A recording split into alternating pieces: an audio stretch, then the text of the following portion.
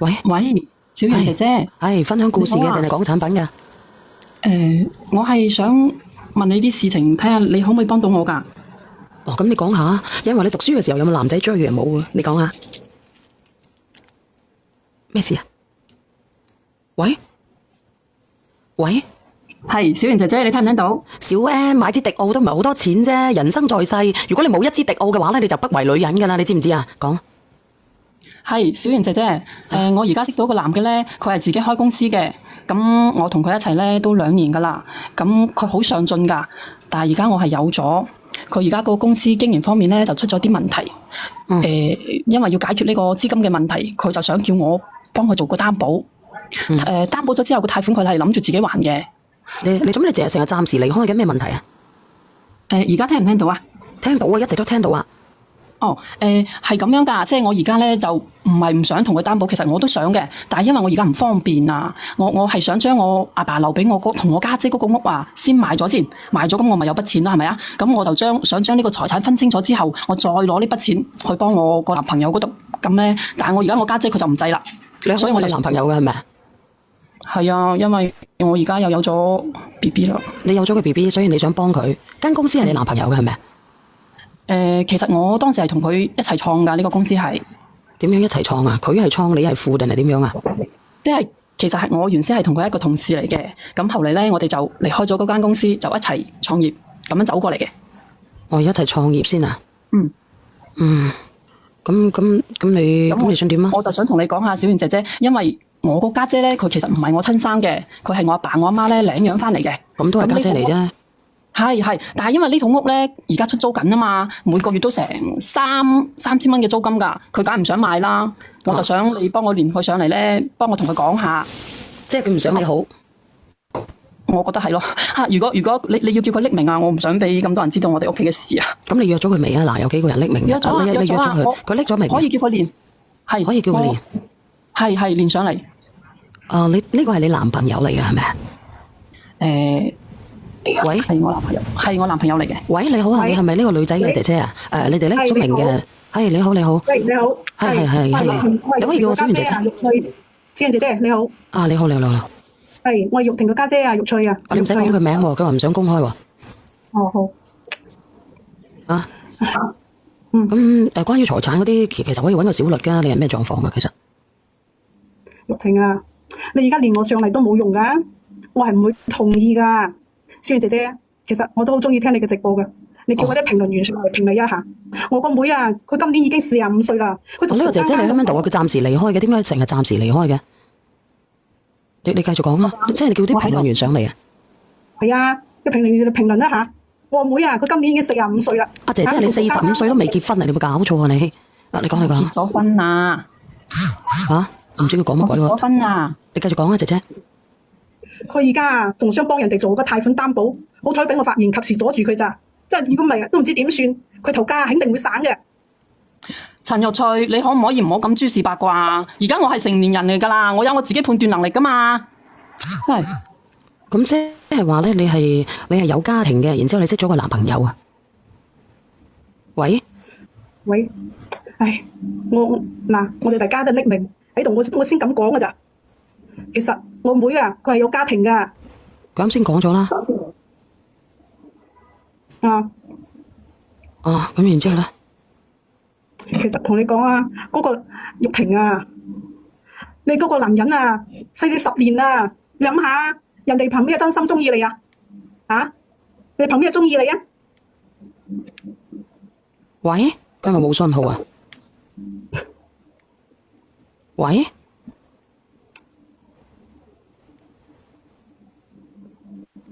聽唔聽到啊？點解成日都聽唔到嘅？喂？我唔知道你啊！你成日離開嘅你個手機。對唔住啊，我唔知點解呢度唔知係咪信號唔好啊？咁你繼續講啊！你可能信號唔好啦，你講啊。我就唔明啦。咁佢係大過我啊，但係我大過我就唔可以中意我㗎啦咩？係咪？咁而家我有咗咩大過你啊？你係大過佢，你講咩語無倫次嘅你？我係大過我男朋友，係咪？但係佢大過我，佢都有權中意我㗎。咁大過我就唔可以中意我㗎啦咩？即係我覺得你點可以咁樣同我講嘅咧？係嘛？佢俾你自己睇下你自己又矮又肥，你係咪唔睇得我好啊？唔睇得我有人中意我啊？我而家就係唔想你俾人呃咋，你知唔知啊？我都覺得怪怪地嘅呢個女嘅，佢究竟係點樣㗎呢個姐姐？喂，聽唔聽到？我唔知道佢點樣嘅，我都唔知佢噏乜鬼，你都講唔清。你究竟點樣㗎？阿姐姐，你講咧，你又講到你家姐上咗嚟啦。如果唔係落去下一個嚇。哦，咁，我嘅意思係，即係我而家家姐佢係唔想俾我去攞啲錢去貸，佢而家唔想我去貸款啊嘛。咁但係我想幫我個男人，但係佢又唔肯俾，所以我想叫啦，小圓姐姐你幫下我，同佢傾下。點傾啊？點傾啊？即係我覺得嚇，而家佢只不過係經營方面出現咗問題啫，就係想解決咗，我淨係諗住攞嚟周轉下啫，咁樣都唔得咩？啊，姐姐佢話佢攞嚟周轉下喎。而家你唔係話周轉啊？呢個男人大你咁多，你大個男人咁多嚇，細你咁多。平常心。喂，即係平常心。婚愛係唔關聯嘅嘛，你唔好理佢大我定廢我啦。我哋而家兩個喺埋一齊係嘛？姐姐，第一咪個姐姐妹妹啦，我叫你做妹妹嚇。妹妹，我頭先喺我打字幕你睇唔到，我想問你個公司個法人係邊個？法人係我男朋友。法人係你男朋友，咁而家你係咪同你男朋友一齊經營呢個公司？小燕嘅信號唔好啊？可能係咯。阿姐姐，我想問你，你阿妹係咪而家同佢嘅男朋友一齊經營間公司㗎？係啊。咁而家你個妹係咪？佢而家係咪有喺婚姻內㗎？阿姐姐，阿妹妹，你而家你係咪有婚姻在身㗎？係。即係你而家呢個男朋友係你出乜嘢鬼嘅男朋友嚟嘅啫喎？係嘛？係。即係你有老公嘅情況下，想賣咗間屋，俾錢阿契哥去周轉，咁樣理解得唔得？佢又走開啦。我唔知咩問題啊！阿姐姐，係咪你阿妹而家係有老公嘅？只不過佢攞啲錢買咗間屋，攞啲錢嚟俾阿契哥去周轉，係咪咁啊？妹妹係啦，冇錯。係咁嘅意思。阿姐姐，阿妹妹，即係你就係咁嘅意思。係。你仲要同你阿契哥有咗小西瓜，係咪？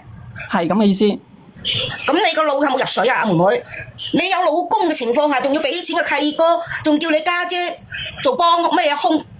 賣咗間屋俾佢，第日你阿契哥一腳伸開你契哥35歲，你45歲，你已經步入緊斷水斷電嘅階段。當你5年後50歲，你已經斷晒水電啦。你阿契哥先至40歲，血氣方剛最緊火嘅時候，你點樣滿足到你契哥？你講俾我聽。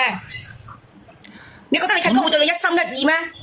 趁喺你隔離嗰個老公啊，你都唔會對佢一心一意，你會對出邊嘅契哥一心一意咩？就算你對你契哥一心一意，你出邊嘅契哥5年之後會唔會對你一心一意？嗰時人又老豬又黃，斷水斷電，你攞乜嘢嚟？我係同佢真心相愛㗎。你聽我講啦。你講啊！我係同佢真心相愛㗎，而且呢個創業我同佢一路行過嚟，係咪先？咁我同佢一直都。你同佢真心相愛嗱，我就講你呢句啫。你同佢真心相愛，點解你要嫁人？點解你唔同你老公搞斷晒所有關係，領咗個分開嗰本嘢，再同佢真心相愛？我知前嗰個同你真心相愛，佢點解唔叫你解決你同你老公之間嗰個婚姻，再同你結婚？點解唔可以？我係之前咧，係我阿爸幫我定咗個婚姻，我結咗婚在先啊嘛。係啊，冇所謂㗎，結咗婚在先，你同佢真心相愛，咪同你老公分道揚鑣咯，冇所謂㗎。而家好簡單㗎咋，仲要唔使供本費添噃。點解你唔可以？點解你男朋友既然咁愛你，點解唔叫你分開再同佢？仲要做擔保，你有冇搞錯？你入腦㗎？你個傻個頭個腦！佢嗰個貸款佢自己還㗎。你點解唔還㗎？唔係，點解要你擔保？佢可以商業貸㗎嘛？你知唔知姐姐？假如嗱，同你講，你做咗擔保，假如佢唔還嘅情況下就揾你，你知唔知啊？唔做中啊，唔做保啊，唔做擔保啊，又唔做媒人，又唔做中間人，又唔做擔保啊！老祖宗都講落嚟嘅呢句説話。但係我而家有咗，我唔可以睇住佢公司執笠㗎嘛？咁唔通我就咁睇住佢執笠咯喎？咁你睇唔睇你老公？你段婚姻點啊？你老公緊要定係契哥緊要？你講。我而家同我以前嗰個老公係已經係冇咗感情㗎啦。我想問你個老公同你而家係咪係婚姻狀態？你話俾我聽得啦。係。咁點解你唔分開啊？冇感情，分開咗佢啦，同你契哥咯，咁簡單。點解你唔分開啊？冇感情？你講啊。其實我而家你講唔通啦，點解要點解叫你連我都講唔通，點講通你家姐啊？你又講下嘢啊，阿家姐啊，佢嘅心態係點樣㗎？家姐，係啊，你唔好聽電視啊，家姐，你講嘢啊，係啊，我冇開電視啊。你冇聽，你咁你嘅心態係點樣啊？咁佢叫你去佢叫你去乜嘢係咪？可能我呢度啊，少我老公開咗電視，我閂咗。佢叫你賣咗佢叫你賣咗間屋，佢係咪分翻屬於佢嗰部分係咪？我梗係唔想佢賣啦，因為嗰間屋阿媽係用嚟養老噶嘛。佢而家個套阿媽個套屋而家喺度出租緊啊嘛，個出租金係俾我阿媽用嚟嗰個伙食費啊，養老噶。咁你賣咗佢以後邊個養啊？啊，上邊個姐姐呢個45歲嘅姐姐，你阿媽邊個養啊？阿妹妹，你賣一間屋，嗰3000蚊冇咗噶啦，邊個養阿媽？阿妹妹，你講。咁都我哋都係要我哋兩姊妹養噶啦。點解要你家姐養啊？憑咩要你家姐養啊？你自己養唔得嘅咩？點解要你家姐啊？咁佢都係嗌我個阿媽嚟噶嘛，佢都有間屋喺度，人哋家姐唔同意賣間屋，而家我有3000蚊養阿媽，你非要賣咗間屋嚟幫你嗰個唔係契哥契弟，幫你嘅契弟，點解要將你嗰個養阿媽嘅嗰個重擔加落你家姐度啊？你知唔知咁本身佢就係養女啊？係養女啊，係養女啊，但係本身人哋阿媽你阿媽有間屋喺度，我可以養到我自己生活，我唔需要啲女，你點解要賣間屋啫？我都話淨係攞嚟應急下咯。點解要應急？你應急對男朋友先喎。嗰個仲要唔係你老公，係你契弟嚟嘅咋？我好中意佢噶嘛，我而家。咁你既然咁中意佢，同你老公分開同你契弟結婚，跟住你兩個一齊去泰。你唔好就咁幾個月都唔得嘅，就大概5到6個月到就可以啦。憑乜嘢幫你啊？憑咩幫你？你都還未養女咯，你都唔係當人家姐，憑咩養你啊？憑咩幫你啊？我渡過咗呢個難關賺到錢啦，我就可以養佢噶啦。我就假如你失敗之後，呢個難關渡唔到，有一個大難關過嚟點辦？你咪有你45歲啊，你唔係15歲啊？你又睇衰我嘅，賺唔到錢。我嗰個家姐本身就係養女係嘛？你睇清我賺唔到錢。姐姐，我講俾你聽，你個妹到今時今日都話你係養女，佢冇當你家姐，所以你企硬一定唔可以賣呢間屋，因為你間屋我都有份嘅喎，你間屋我都有份嘅喎，你咪賣你嗰份咯。唔賣啦，阿媽都幾廿歲啦，知唔知啊？阿妹妹將嗰啲養老錢攞咗，阿媽以後點算啊？當家姐嘅。妹妹，你有本事就賣你嗰半，你唔好喐你家姐嗰半，你有本事你賣咗你嗰半去，你唔好賣你家姐只不過養女。喂，我老豆留低俾我嘅，我就肯定有份噶，點樣都要我。咁你有份，你阿姐姐咁有份，咁到底係點樣噶？有份係留俾你兩姊妹嘅係咪？佢而家要賣咗佢係咪？我老豆肯定擔負佢噶。有個問題好重要，阿姐姐，其實而家你阿媽呢間屋個房產證係邊個個名？喂，係你講。姐姐，間屋係邊個個名？我老豆嘅名，老豆同阿媽都有名。咁咪唔關你兩姊妹事啦，阿姐姐呢間屋係你阿媽個名，仲唔係你兩姊妹嘅名？唔關你兩姊妹事，係你阿媽認為點就點，關你個養女咩事啫？你嗰個養家姐咩事啫？你問你家姐做咩事？你家姐上嚟做咩啫？佢唔俾我賣咯，唔俾你賣揾你媽咯，你咪點解俾你賣？人哋憑咩要聽你講啊？你係乜水啊？我只不過養女嚟嘅啫，我點解聽你講啊？你口口聲聲話人哋養女，你冇當過人哋家姐啊？點解聽你講啊？我唔當佢家姐，我就唔問佢意見啦。係佢而家口口聲聲話養女，點解聽你意見啫？人哋咁我嬲噶嘛，佢咁樣唔俾我，你嬲佢咪阻住你咪轉身咯，坐喺度轉身有後邊有棟咩嘢白色嘅咩嘢撞埋佢咪係咯？我阿媽都同意咗噶。你阿媽咧係呢個姐姐啊，平時咧阿妹係咪要風得風要雨得雨噶喺屋企？係啊，平時我阿媽咧好錫佢噶，自細就。阿爸夠錫你咯。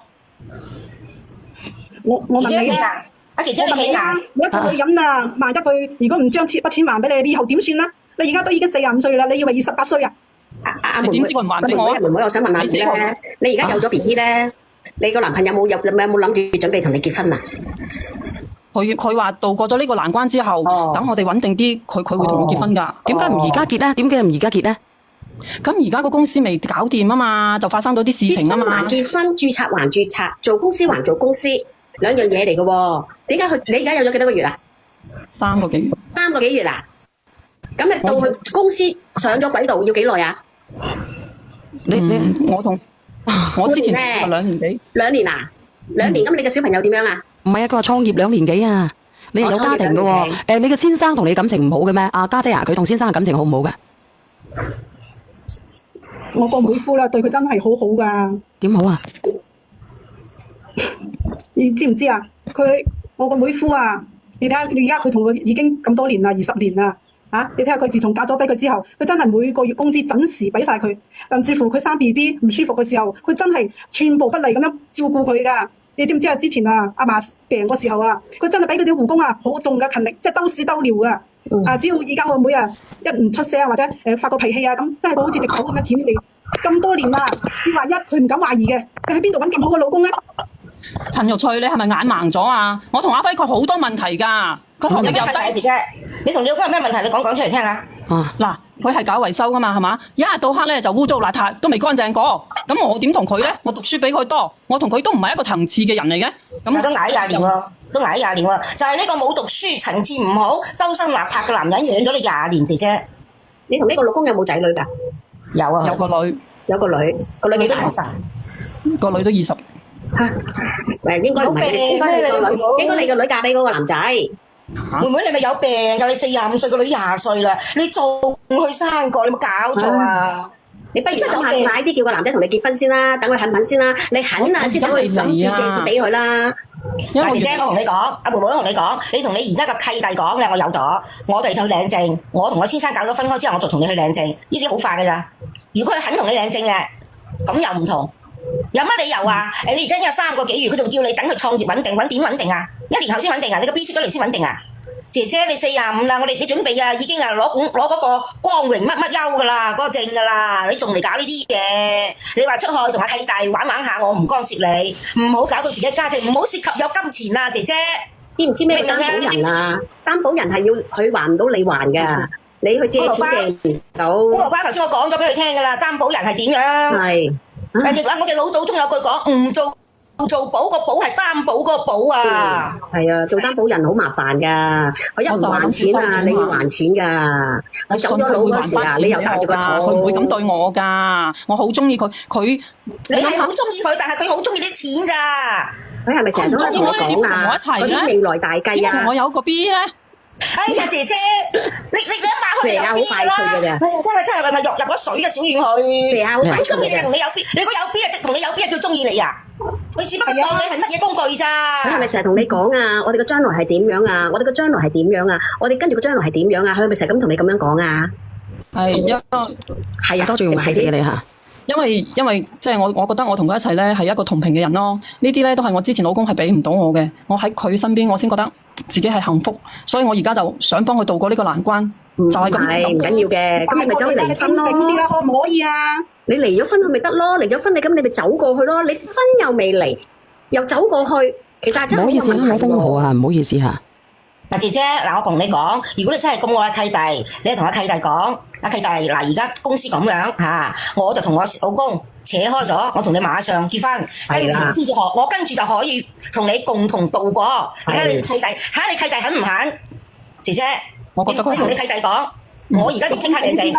我問你而家睇緊佢邊一樣啊？你都45歲啦，佢都35歲，你個女都20啦，你醒下啦好唔好？懵頂真係。佢唔醒嘅姐，阿妹妹咧就咁同你契弟講嘅。嗱，我而家你公司而家咁艱難，好，我同我老公扯開分開證，我馬上同你領結婚證，我同你馬上共同去承擔公司嘅艱難，我哋兩個一齊去努力，共同度過呢個艱難。你問下佢肯唔肯同你領證？佢肯同你領證，證明佢真係好愛你。如果佢再俾藉口，你證明就唔係愛你，姐姐。明唔明啊？姐姐，平陣咧，姐姐等我幫佢答啦。而家咧，我哋咧淨未有創到業，而家咧我哋就冇成就，我哋而家咧就咁樣，我哋而家咁樣，不如等我渡過呢個難關之後，我哋有美好嘅將來噶啦。咁嗱，菠蘿包，我同阿姐姐答啦。姐姐你應該咁答，咁算啦，我哋分開啦。你應該就咁講。我而家有個3個月啦，我而家。即係你意思3個月一定要，就算無論你個契弟點樣對你，你都要同佢結婚。如果個契弟唔肯同你結婚點辦？你話俾我聽。你為咗個男人啊，瞞住阿輝同阿婷啊，同嗰個男人有咗，你而家仲將阿媽俾你嗰30萬都借咗俾佢，你而家仲想賣咗個套屋，咁以後阿媽點算咧？你講嚟講去都講呢啲嘅，我咪同你分析過咯。我哋淨係攞嚟周轉咯。你知唔知咩叫周轉啊？幾個月就會還翻錢噶啦。你成日都話做咗2年噶咯喎，2年都定未周轉到啊？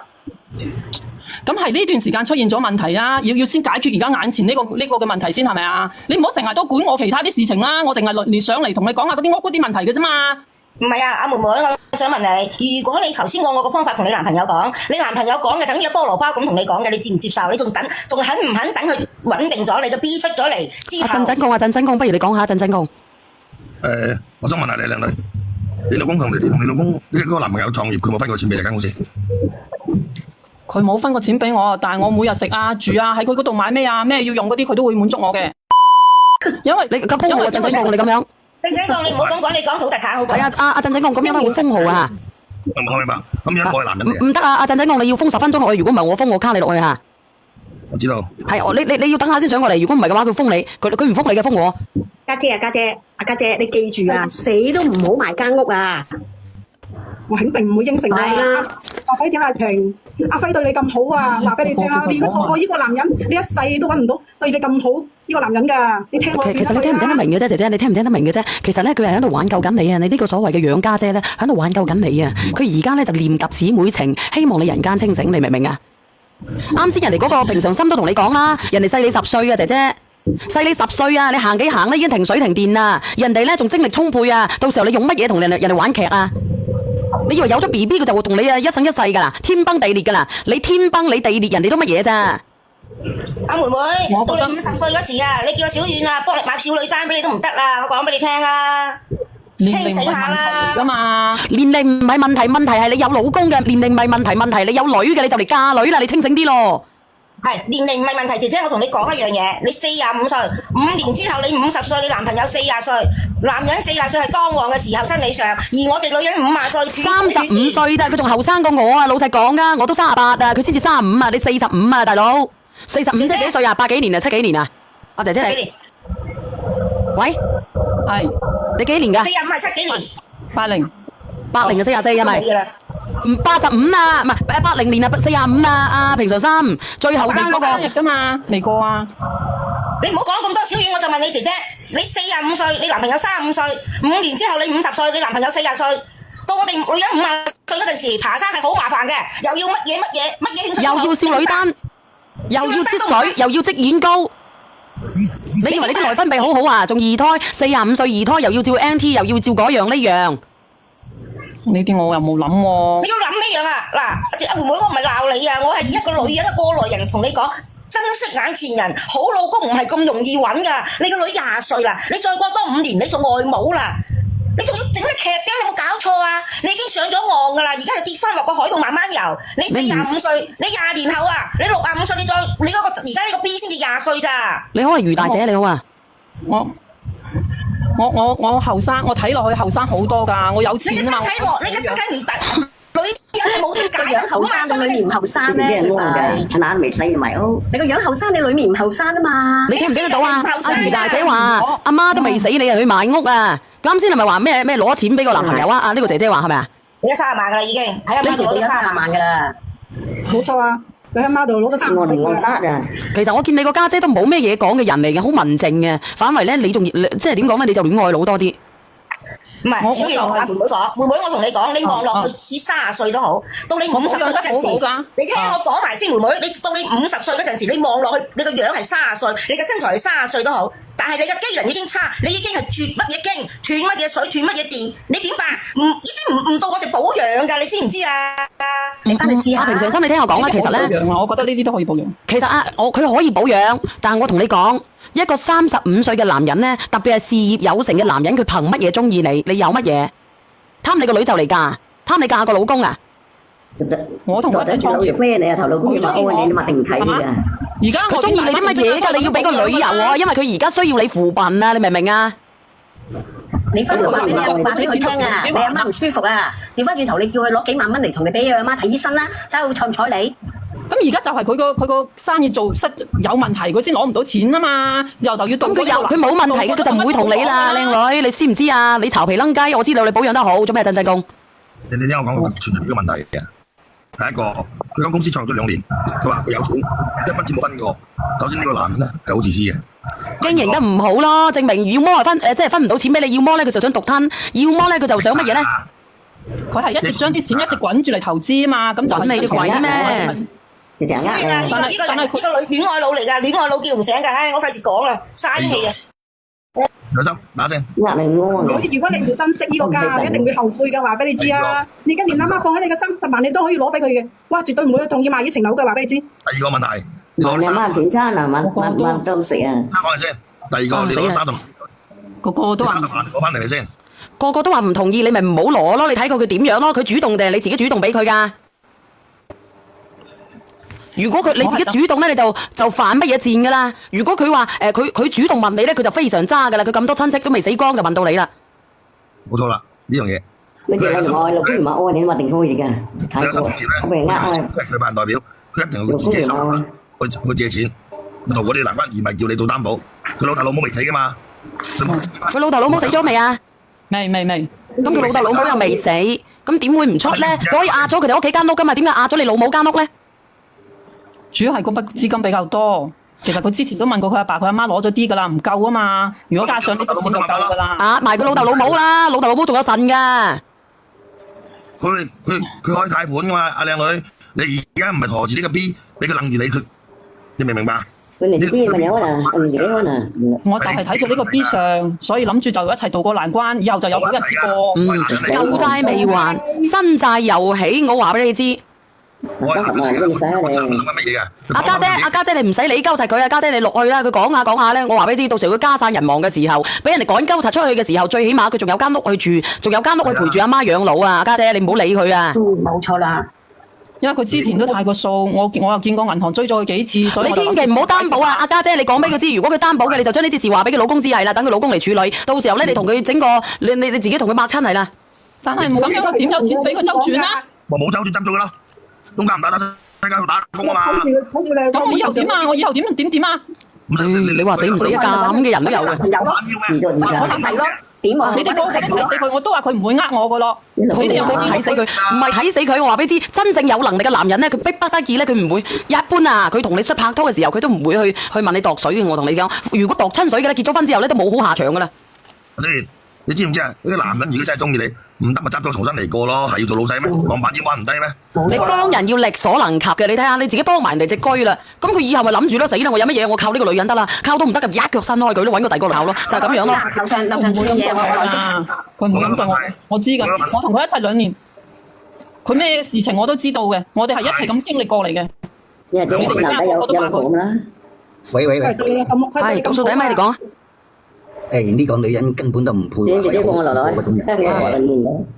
係啊，我第一次練上嚟，我之前識得有一個女嘅，又好似佢咁同一版本嘅人。而家喺嗰啲沐足城嗰度洗腳啊，咩屋企人又唔理嘅，老公嘅女啊啲都唔理嘅啦。嗰個男嘅又係咁樣同樣嘅版本，跟住咧打電話打唔到啦。你到時候唔好去啲沐足城啊，到時候俾人哋逼到，我同你講啊，你一個咁有素質嘅人啊，俾人哋捧喺手掌心唔好咩？冇錯，你咁清高係嘛？邊啲人先配得起你？呢啲人咪配得起你咯係嘛？冇錯。我又唔想，我落去啦，我又唔想咁樣，但係我又唔想佢執笠，我又唔想佢唔同我一齊。小袁姐姐，你幫我。你家姐都落咗去啦，幫個鬼咩？佢話佢懶得同你講啊，你聽唔聽得到啊？阿靚女啊，你聽我講兩句啊。佢真心中意你嘅話，間公司蝕錢嘅話，佢令我執咗佢，佢打工揸車幾千蚊佢養你。但係佢開聲埋聲要你攞100幾廿萬，嗰啲咁嘅死人執咗公司做鬼咩？冇用㗎，你跳槽啊乜嘢？你要時機成熟先得㗎嘛，係咪先啊？人生有好多次機遇，但係呢啲機遇咧要通過你咁樣去再搭起嘅。我建議你三思而後行，做生意都要天時地利同埋人和㗎嘛，而唔係話哎呀我繼續我唔得嘅，我繼續死扯嘅係咪先？有時候該放棄嘅都要放棄嘅，趁你而家個腎仲好。咁樣你講下你男朋友間咩公司俾我分析下佢仲做唔做落去仲好啦。佢係網上創業嘅，就喺網上賣嘢。創乜鬼業啊？創業先。我哋賣嘢賣得好好㗎，係而家。講死晒啊，靚女，整翻小賢啊，金庭嗰啲學嘢都唔怕咋？咩網絡銷售啫？你大環境咁差。受乜鬼啊？你睇下嗰啲人啊，阿姐姐，嗰啲人啊，你少咗一粒啊，嗰啲魚油啊，佢都會揾翻你嘅，話40粒啊，40粒啊，嗰啲阿姨啊倒咗出嚟一粒粒數啊，數完之後咧要話俾我知啊，你話好好做啊啲生意。仲有啊，佢話賣個死人餅，跟住個佛山西樵大餅、江蘇大餅啊！我哋講乜鬼上至業啊？你問下嗰啲人係咪？你問下佢係咪？你問下佢係咪數過嘅？話俾我知，數過嘅一粒粒無啦啦少咗嘅，仲有嗰個沉香精油倒咗花生油落去又退翻嘅。你問我係咪？我哋得2粒冇多冇少。咁你死唔死啊？仲有啲鈣片都數過噶，我同你講，我真係我聽到我絕經啊！魚油啊！阿小袁姐姐，我聽到你講魚油啊！我阿媽有心血管嗰啲喎，呢啲啱唔啱用㗎？啱啊！你最好就幫襯我啦，大佬，真係幫襯下我好過咯。人哋啊嗱，你幫襯我好過俾錢佢啦，戇居居。你家姐都懶得同你落去啦，你戀愛腦啊真係。我阿媽係對我好好嘅，我老豆先睇我嗰個家姐嘅啫，所以我阿媽有時我又想試下你嗰個。你等下買，等下我買，我等下獎俾你，真係啊，借字借意打廣告都好啊，啊手震啊腳震啊頭咩啊，管道啊唔好啊，你都可以試嘅，你可以試下啦，你唔好去再同你個男朋友再糾纏啊。主要係我阿媽啲錢俾晒我，所以我都唔想我阿媽咁嘅。但係你小圓姐姐，我前半生已經過得好攰噶啦，我而家後半生就想真係為我自己而活啊！我諗唔到，咁你落啦。啱啱個個都話佢係渣男，個個都話佢係咁樣。你聽我講，個個都話唔同佢擔保。主要我而家係懷咗孕3個月啊嘛，我自己都唔知點辦啊嘛，你知唔知啊？其實死唔死？我真係死唔死？我嘔血啊！啱先講話買一盒魚油俾佢阿媽啫，佢而家又話要為佢下半生而活啦！你話死唔死？乜魚油我係要買，魚油我係要買，我買俾我媽。呢個唔關事嘅，呢個魚油我係諗住買俾我媽試下嘅。但係我就係即係我覺得我而家唔知點辦啫。好簡單啊，女。唉，你話死唔死啊？真係。你聽我講啦。其實咧，唔好話咩，你前半生好攰，前半生你一直將你自己位置擺得太高，有個咁嘅老公任勞任怨，你喺邊度揾？第一個，第二個，你同你呢個所謂嘅同事做咗你男朋友，同你合作到2年時間，一分錢冇揾過，而且你仲幫咗30萬幫咗佢嘅，呢啲你用心去諗一諗，今晚攝嗰個枕頭放呢度，呢30萬幫咗佢之後，你除咗佢同你咩之外，有咗小西瓜之外。仲有咩好處啊？過節除咗清明節唔送嘢俾你啫，咩嘢都送嘢俾你，使得幾多錢啊？一年使10萬8萬喺身上，你好開心啊！我又喺身上又調翻100幾廿萬翻嚟啦。呢啲嘢我哋男人好識會諗嘅，但係你記住一樣嘢就係呢次你再俾埋間屋佢，就你同佢完全寫上句好噶啦，你揾唔到人噶啦。我可以咁同你打包單得嘅。